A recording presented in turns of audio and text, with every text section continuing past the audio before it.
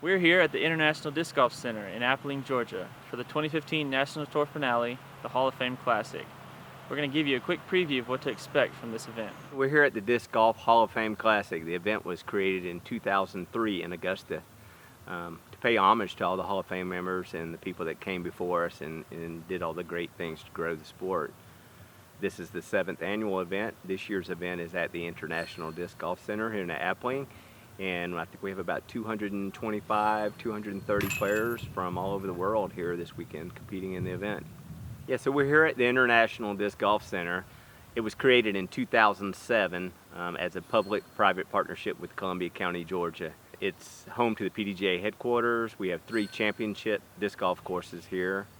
We have the Steady Ed Hedrick Memorial Course, sponsored by the Disc Golf Association. We also have the W.R. Jackson Memorial Course, sponsored by Innova, and the Warner Course, Jim Warner Course, sponsored by Discraft. There are 3 championship level courses. Our first round would be at the Ed Hedrick Memorial Course. It's the shortest course of the 3 courses here on the property. I think it's the most scenic one, the most fun to play.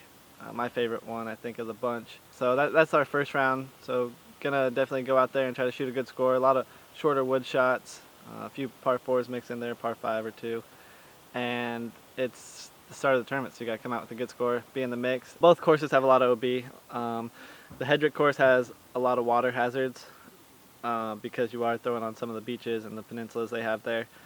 Not a lot of rope, but just the water that you're throwing over. The Hedrick course is great. It's the easiest course here at the PDGA property.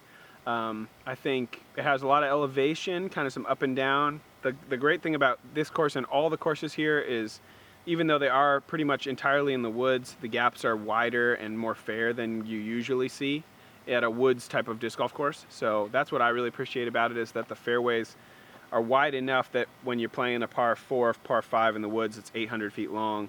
It sort of makes sense. They give you enough room to make a landing zone and hit where you need to hit. Still tough, but fair, I think. A good first round is obviously always the key to a successful tournament, and just to put yourself in position.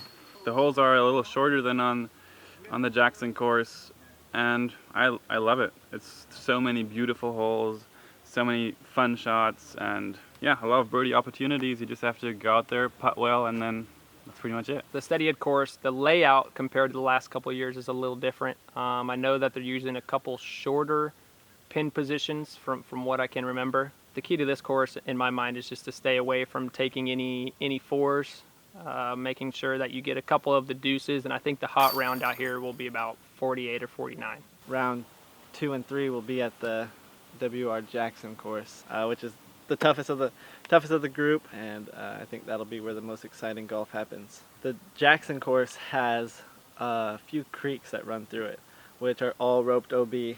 There's some dry creeks that are casual, but the roped, some of them are off the tee stroking distance, so those will definitely be a challenge because they are slanted right towards the water. But overall, minus those 2 holes that have that stroking distance, the OBs are, they'll be a factor, but that's if you are making mistakes out there. That's when they'll definitely bite you. W.R. Jackson is the hardest course that on the property here. Starts out with 6 straight par 4s that are all pretty tough. So I'm hoping to come out of the gate, get maybe 3 or 4 3s on those opening holes. Really doesn't have all that many par 3s. Similar feel to the Hedrick course, where it's up and down hills, a lot of woods, a lot of long tunnels, a lot of dog legs. Nice course though. W.R. Jackson is one of my favorite courses that I play across the season. Par is 69, I believe. Hot round usually is like 56, depending on the weather, of course. It's a really fun course to watch disc golf, just because you can actually see a professional throw his full potential drive and lace a fairway at the same time. And there's not really a whole lot of courses in the world that you can see that happen. That course is actually one of my favorite courses I've played this year. It's really challenging, a lot of technical shots, a lot of long holes, like really long par 4s, a couple par 5s. And it's just really fun to see a course that well maintained, good tee pads, good baskets, just everything you need out there. So I'm looking forward to playing on those courses, and yeah, we'll see who does it the best. The Disc Golf Hall of Fame Classic was created to pay homage to the Hall of Fame members and people who, in our sport who came before us and created this great game for us. So this weekend we'll have Hall of Fame members. We'll be doing some things just to make the Hall of Famers feel very special. We had 3 new inductees in the Disc Golf Hall of Fame this year, and one of those, J. Gary Dropcho, who was the tournament director for the Pro World Championships in Pittsburgh, will be here.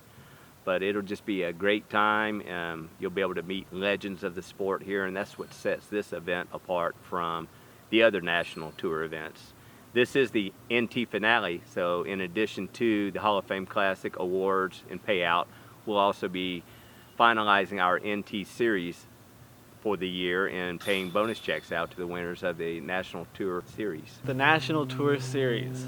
This is the final event of the series. I think it was seven events this year. Right now, I have a pretty comfortable lead over the Tour Series points, and this one counts no matter what. So I believe I only have to take like top 30 or top 20 or something like that to secure the National Tour Series. Right now I'm in 9th. The National Tour pays out 10 places. I heard that 10th and 11th place aren't here, so I'm sitting pretty as far as making the top 10 and cashing in the National Tour. I just checked, I'm in 7th right now, and I'm not that far away from like top 3. So if I play well in the top 3, kind of struggle a bit, which is not likely, but anything's possible in golf. So I can still get up there into the top 3, so I don't really worry about that too much, but that's what I'm going to try to do, of course. Right now, I think I'm in 4th or 5th in the NT point series. I know that I'm 16 points away from 2nd. I know that Paul McBeth has a pretty good lead on 1st. I don't think that he's going to have a problem wrapping up National Tour points win. But if I play decent, if I get a top, if I win the tournament, or if I get top 2 or 3 at this event, I'll have a chance to get 2nd in the National Point Series. Coming off of a win is obviously a confidence boost for me. I've been playing really well lately. I also won another tournament 2 weeks ago. So yeah, it's been really cool. It would mean confidence going into USDGC in a couple of weeks. It would mean a lot of fun because everyone loves to win. And yeah, the competition is great as always, so I'm looking forward to it. Of course, I'm going out there to win this tournament, and I want to shoot well, and I feel really prepared for this course. I played it last 2 days, and to capture, a victory and another National Tour point series, I think that'll be my 3rd or 4th in a row. It's good because it just shows the consistency that I've been playing with and that I strive for. So that's the main goal this week is this Tour Series points, but as well as a great performance leading into the USDGC. I'm looking forward to a good tournament, hopefully a good finish. I think that this is a good preparation for competition level for the USDGC, and that's kind of what I'm looking for as for preparing for that tournament. Just a nice steady gameplay, mental ability on check, and just keeping a nice, good, consistent routine as well. And that's kind of what it comes down to whenever you're preparing for a bigger tournament in a few weeks. Everybody here this weekend will have a great challenge ahead of them, and we're just happy to have everybody here this week.